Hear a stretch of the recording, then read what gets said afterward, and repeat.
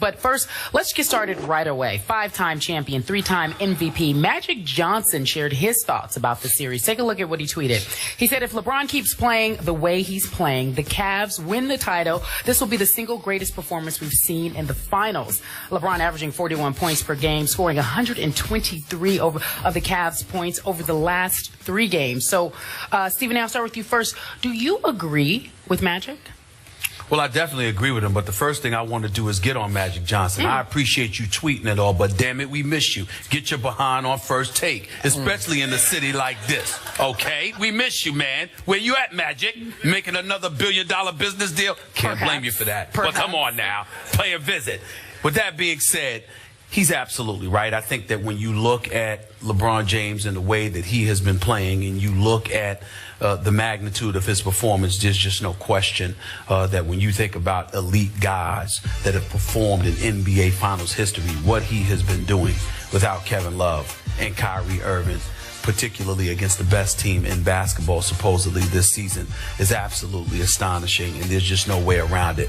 You know, momentarily once Kyrie Irving went down, I'm sitting there thinking Cleveland has no shot. I feel bad for LeBron. I'm depressed for him because, to be quite honest with you, as much of a fan as I am of Steph Curry and the Golden State Warriors, I do not want a 4th loss in an NBA Finals on the resume of LeBron James. I think he's too great.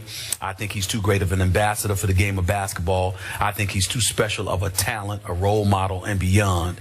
I don't want to see him lose these finals. And so when you lose 2 of your primary weapons and you're thinking it's over, and then to watch this brother perform the way that he has performed, I can't say enough. And to me, what Magic Johnson said about him is just further validation, because when it comes to the game of basketball, who are any of us to be sacrilegious enough to disagree with the great Irvin Magic Johnson? It is rare that I have done it.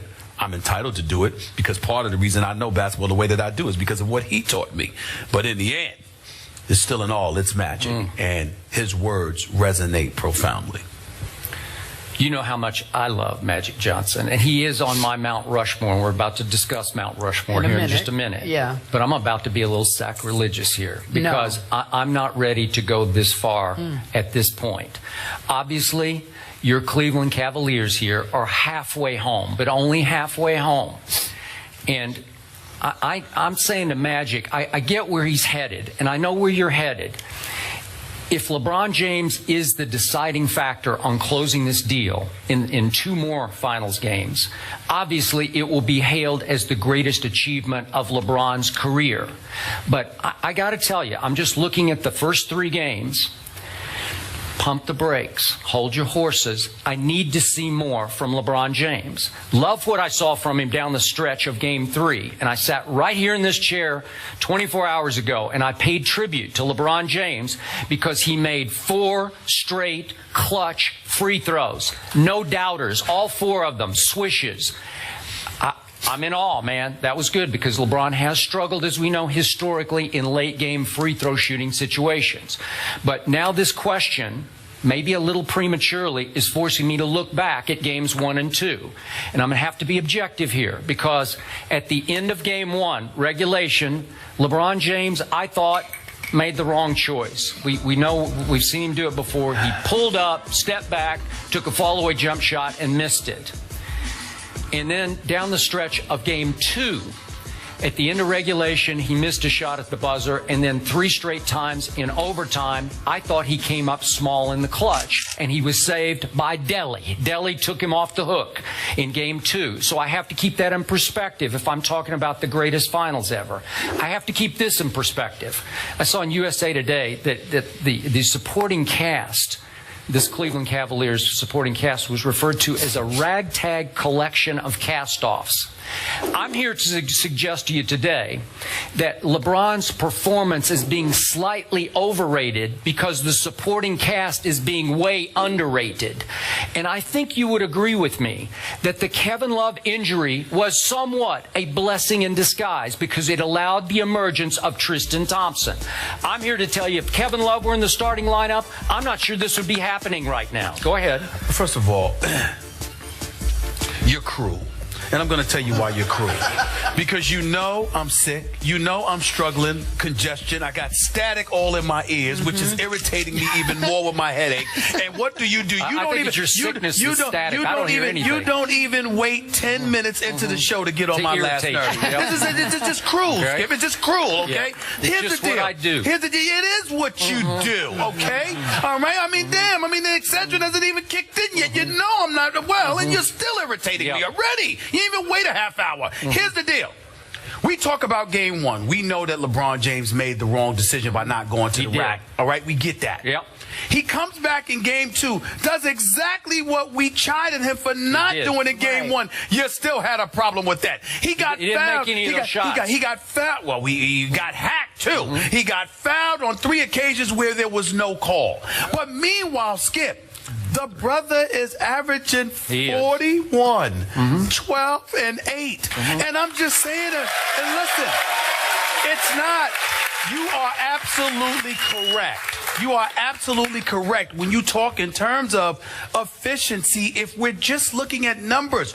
But knowing, I'm going to sit there. You call me Stephen Naismith. But here's the deal, Skip Bayless. You were covering basketball when I was in elementary school. You watched more basketball than me. That is a fact. You know for a fact that sometimes it's not about percentages. It's about how you control and dictate a basketball game. And it is undeniable that an offensive juggernaut like the Golden State Warriors have essentially been neutralized in the first 3 games because LeBron James has dictated pace. He's controlling the game on so many levels that Magic Johnson's operative word was if.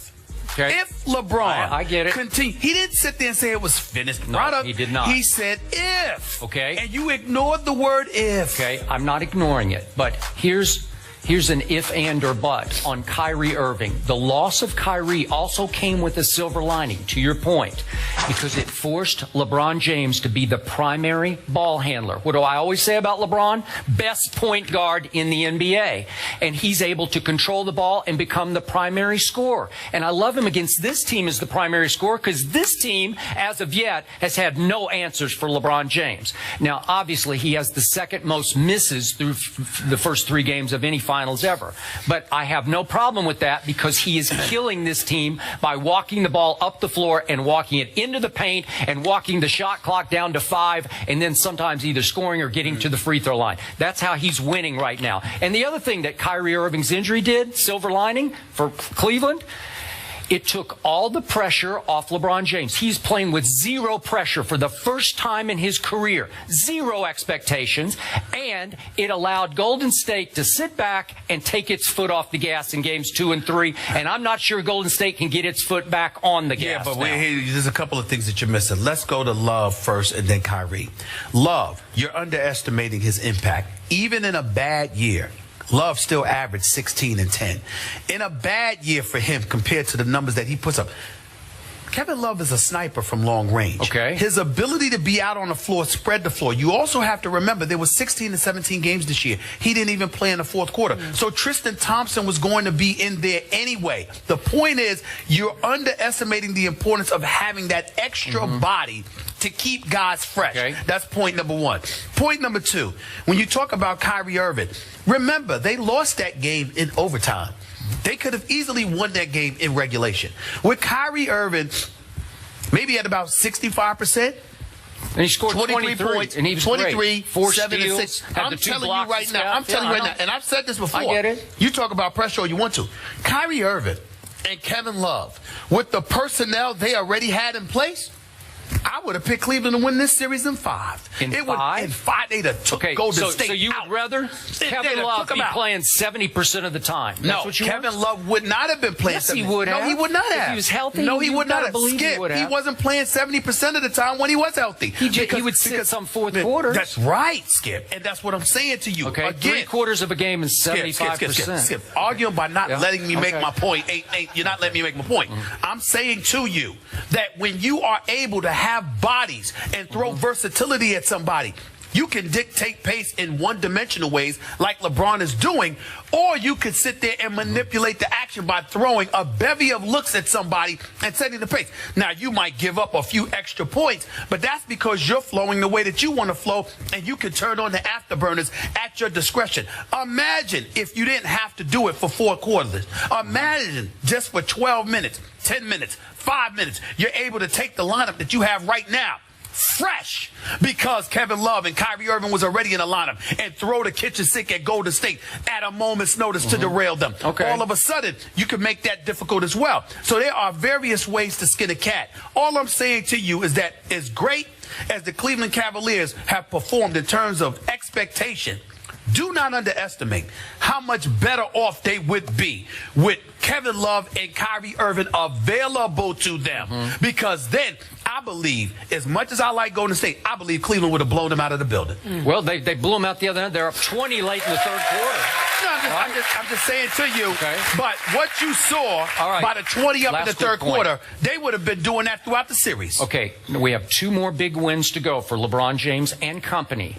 The target for the greatest finals I ever saw one man play was the 1998 finals, the last of Michael Jordan's 6 rings. Remember Game 6? You were there in Utah. Okay, Utah had home court advantage, and the series was 2-3-2. So the last 2 games were at Utah. In Game 6, Scottie Pippen hurt his back early in the game on a dunk, was incredibly limited, ended up scoring 7 points and 8 points in the game. Michael Jordan went for 45 in Game 6, and you know how it ended. Holding the pose on Brian Russell, making that shot that won the championship, because I'm not sure Scottie could have gone in a Game 7 at Utah. That was the greatest individual performance I've ever seen against 2 Hall of Famers in Karl Malone and John Stockton. So I'm putting that as LeBron's target for the next 2 games to close the deal. Then I'd sit back and try to evaluate those 2 finals. Yeah, but you know, that's real. See, you put me in a bad spot because I love the mailman. And we love the mailman. He's a Hall of Famer. We know that. But if Karl Malone wasn't executing off of a pick and roll, or pick and pop or pick and roll with John Stockton, or he wasn't scoring on a fast break, Karl Malone didn't resemble a Hall of Fame player. You're saying he doesn't belong in the Hall of Fame? I didn't say that. I said he did not resemble a Hall of Fame player outside of those situations. Karl Malone shot jump shots from the elbow, or Karl Malone scored off a pick and roll, or Karl Malone scored off of fast breaks. But with his back to the basket, that was foreign territory because that wasn't Karl Malone's game. Michael Jordan came, and what did he do? Karl Malone had that ball on the block, and Michael Jordan acted like he was going one way and came back and stole the ball and stripped it from him. And took it the length of the floor and shot it. Did he? And it was over. What I'm saying to you, this wasn't Jordan against Kareem in his prime with Showtime. This wasn't Jordan against McHale and Bird. This was Jordan against basically a 2-man team in the Utah Jazz in terms of offensive production. Want to check in those guys could play, but I'm just saying it was really about Stockton and Malone. So when you look at it from that perspective, I look at Golden State considerably softer, not as hardcore as Karl Malone, no question, but we're talking about snipers here. Yeah. We're talking about snipers here. They haven't been the last 2 they games. Haven't. The splashes have been the Crash Brothers, haven't they? No. Oh, okay. Listen. Klay Thompson showed up for the first 3 quarters, and Steph Curry showed up in the 4th. Keep that in mind. I'm not sure he scored 16 total points. I'm just saying that he made some shots. On here. He made some shots. You mentioned that LeBron is averaging 41, 12, and 8. Magic Johnson talked about that. He said the Warriors can't allow LeBron